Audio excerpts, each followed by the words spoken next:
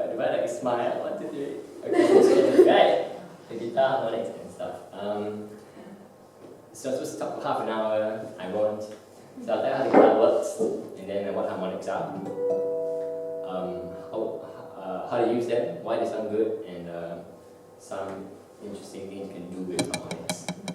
Okay, so we start with the guitar. This is the body, this is called the body. This is the neck, this is the head. The important things that people don't realize that the two things important about the guitar is the nut and the saddle. So this white thing is the saddle. It's made of like bone, animal bone, cow bone usually, so it's not cruel because cows die all the time. This is the nut, also made from bone. Okay, the word's important because this is where the strings transfer the energy into the guitar. So it goes through the nut and the saddle. If you notice, the entire guitar, it only touches 2 points. So that's significant. If you think about that, you get like a coin and a card. See, a card is like softer, so you get this sound. And then you get a brittle sound. And if you think about it, if I get a cute piece of rubber and I drop it, it goes boom on my hand. Right? So that's kind of the same kind of acoustic dynamics that's going on here. So those two matter.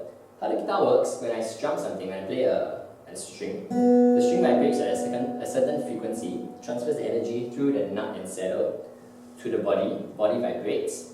When the body vibrates, it causes the air inside to vibrate. So the string does compress some air. What is sound, right? Sound is air vibrating at a certain frequency. When your eardrums, your ear picks it up, and then you hear sound, according to the sound's vibrational frequency. The string does produce some sound because it also causes compression to the air, but really insignificant. So the sound is really coming from the string vibrating, transferring the energy to the body vibrates, and then the air vibrates inside. The air inside the guitar vibrates, air rushes out through the sound hole, and then we get a loud amplified sound. I can prove that it's the guitar vibrating by doing, I'll show you. Hear the sound? Yeah, so every time I vibrate the wood, when the wood vibrates, the sound vibrates, so that's proof for you. Okay, a bit of science, how the spider, the tones, how the tones work. V is T over something. Okay. What matters is that V is constant, the T is the tension of the string. So when you tune it up, it's a fixed tension. And the linear math density is basically the density, which obviously doesn't change.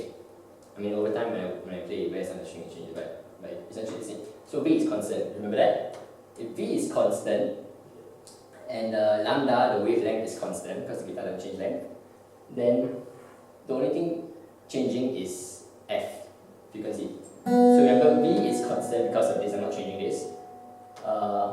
So if I change the wavelength, which is basically pressing on the frets, then I'm decreasing the wavelength of the string. Since V is constant, wavelength changes, F changes as well. So if I decrease the wavelength, wavelength is smaller, F increases, that's why the pitch gets higher. That's how the guitar works.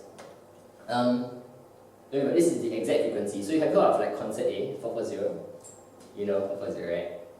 No, okay, concert A, when the first violinist stands up and he tunes and he plays A note. Yeah, you just said right in concert, and everyone else follows. That's concert A, that's usually 440 to 445 hertz. It means air is vibrating at a frequency of 445 oscillations per second into your ear. That's precisely what the physical phenomenon is.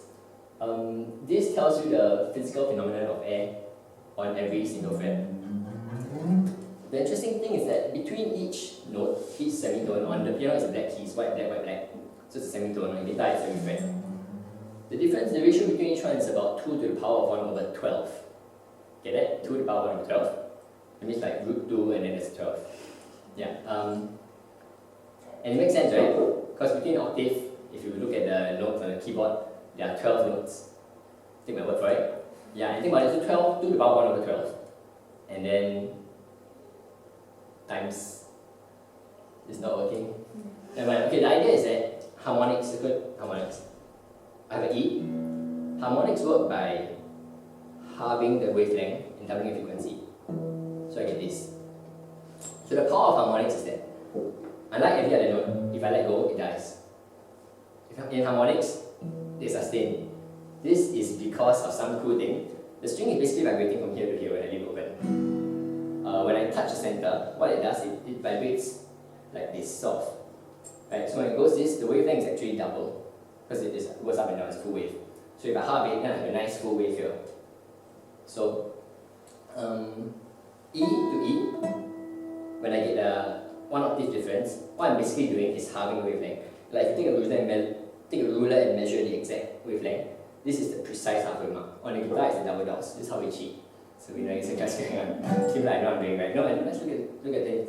So this is good because then I get these nice sounds, and I don't have to touch them anymore. For example, if I play this same note, but I'm gonna let go, it dies.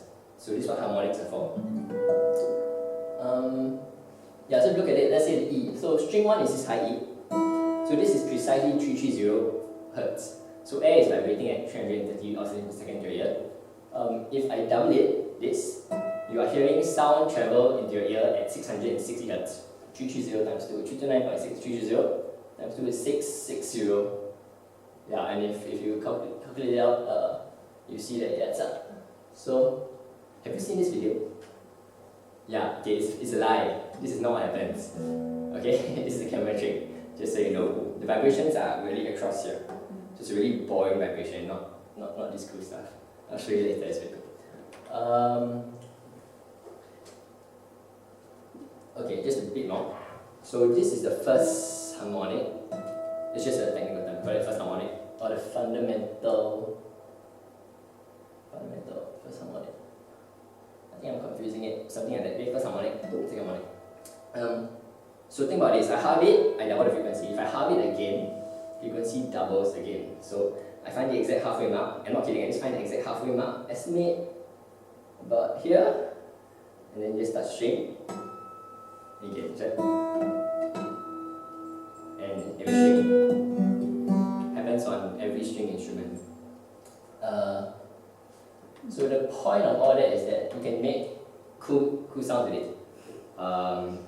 So I'll show you how we use harmonics in some songs. It's a quick demonstration. Like this song doesn't matter who take it.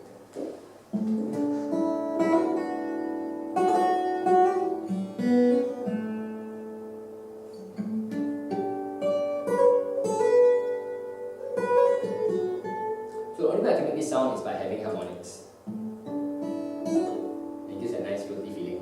Whereas if I were playing, if I'm playing notes, it dies. Yeah, so you get nice feelings. So I'll finish this section.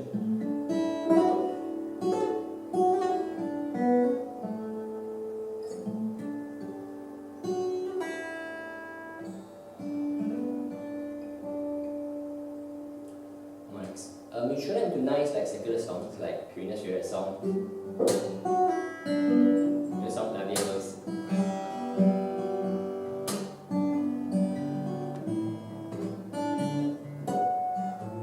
Yeah, that thing.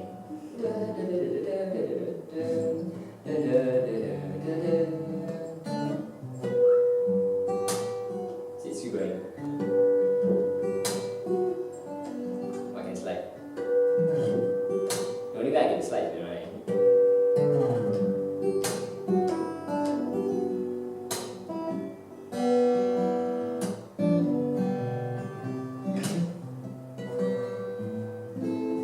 Blah blah blah. So this is how you use harmonics in songs. But so far we have two kinds of harmonics, right? We halve it and we halve it again. I can halve it again precisely here. But it doesn't sound so good because of reasons which will take too long to explain. Okay, but what we can do is look for other ratios. So musicians found out that we don't only have the half. In other ratios, for example, the 1:3 in the orange, look at the orange one, that gives me an octave plus a perfect fifth. So on the piano, that's like 1 octave and then 5 notes up. And so if you solve the basic do re mi fa sol, that's the 5 notes. So it will give me a C up to the C plus another 5. So on the E, that's an E to a B. 1, 2, 3, 4, 5. So it gives me a high B. And if I half that, I get the B double. I get a high B, a very high, super high B. Which should be, okay, I'm really counting, so I just put half a mark somewhere here. Yeah. So it's like really scientific mathematical. You get very precise measurement, and you use something more precise than my finger, you can get really clear like harmonic sound. And the use of this is that now we have so many more harmonics, you can create a lot more sounds rather than just now we just had. And so like some songs like this one, the whole song is just harmonics.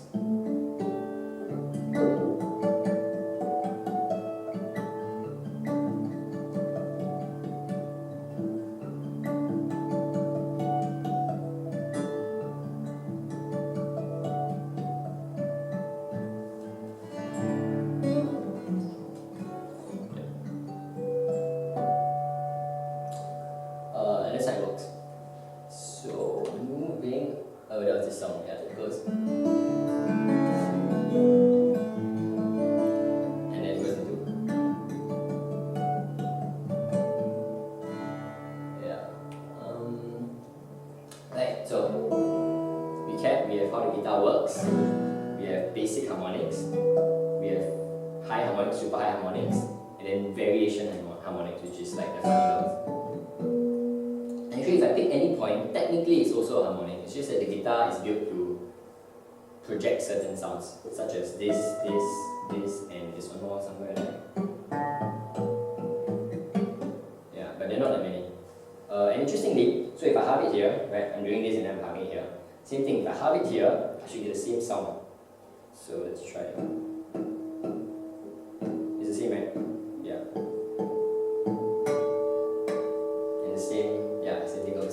So this is good for us. So if let's say I'm like doing cool stuff, or trying to do cool stuff, I'm not really. Then I can like, or if I'm a better, but you see, it gives me a lot more options. So when I'm moving around, I'm not limited to this and this. I'm unlimited basically. I just need to practice more, which I will do in time. So harmonics is this new invention. It's not that new. It's kind of like 30, 40 years old, I think. So right now we have quite a few harmonics, but we're still limited to the open strings. So what happens if I do I have E here, if I want an F and I want a harmonic of F, all I have to do now is find a new how the guitar works. When I press on the string, what happens is the wavelength is now from the saddle to the fret. So some guitarists think that you press on the fret is better. It's not. You want to press in the center so the guitar rests on the fret and vibrates to the saddle. This is how the guitar works. So think about it, if I press the F and I want an F harmonic, all I need to do is find a new half remark. Follow, right? So the frequency of F is about 330 times 2 to the power of 112. How to do this? Something like 3.9. So this you're hearing 3.9.2 Hertz air. All I need to do now is double the frequency. Find the half remark and I'll double frequency. The only problem is that I don't have one more hand, right? If I did, then any note I play, I just get my last hand and I play the harmonic. See where I'm going with this? I just play a new note and I halve it.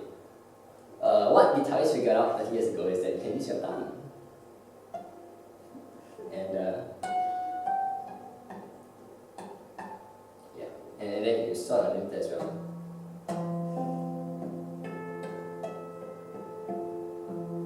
You have harmonics everywhere. This is okay. So it's called harmonics for various reasons. If you practice long enough, you realize that as I play this note, I have this finger here as well. So I can do like.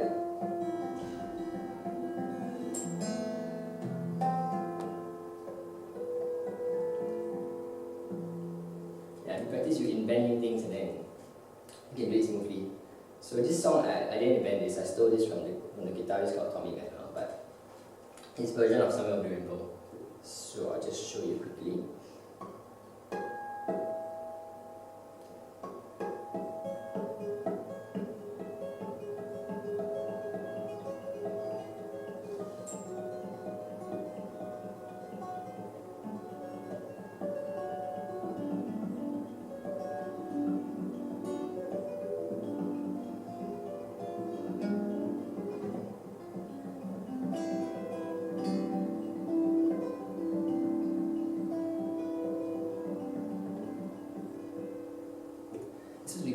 cascading harmonics as well. So when they do it really fast and they practice, which I should, it sounds like a cascading kind of feel.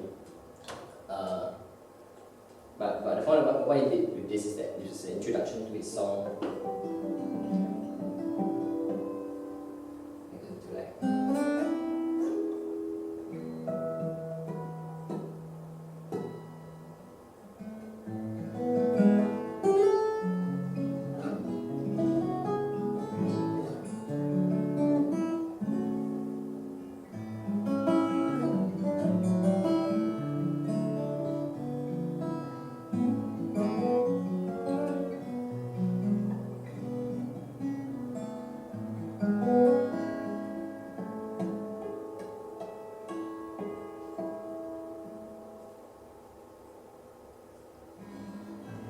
Creating sounds that no guitarist has made in the past, before they invented this. So this is the power of harmonics.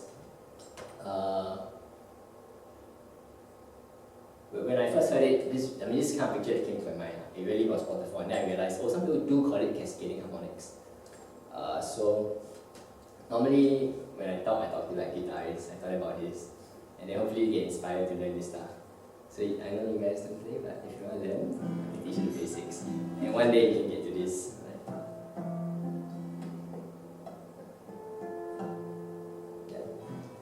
I don't think there's more. Thank you. Right. So, any questions?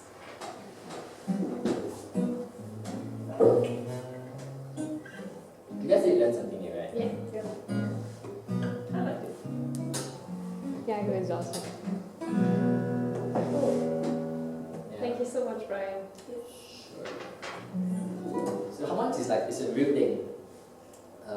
When I told arrangements, right, like when I was auditioning for Berkeley, I wanted something like really impactful to show them, like, hey, I know my guitar stuff, please let me to your school. So I came up with this arrangement for Beauty and Beast.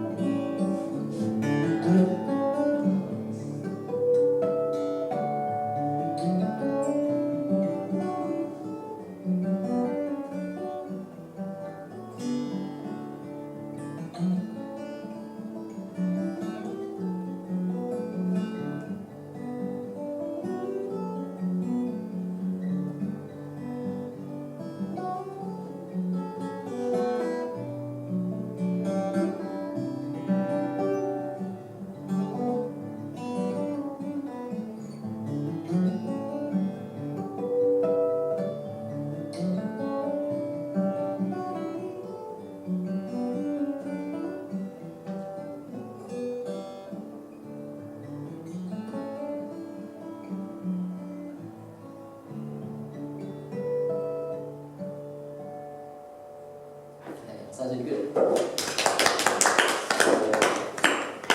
Yeah, that's really it. Usually I talk to guitarists and then they'll be asking, oh, how can I use it in blah, blah. Okay, yeah. So, okay, I hope you liked it. Thank you very much.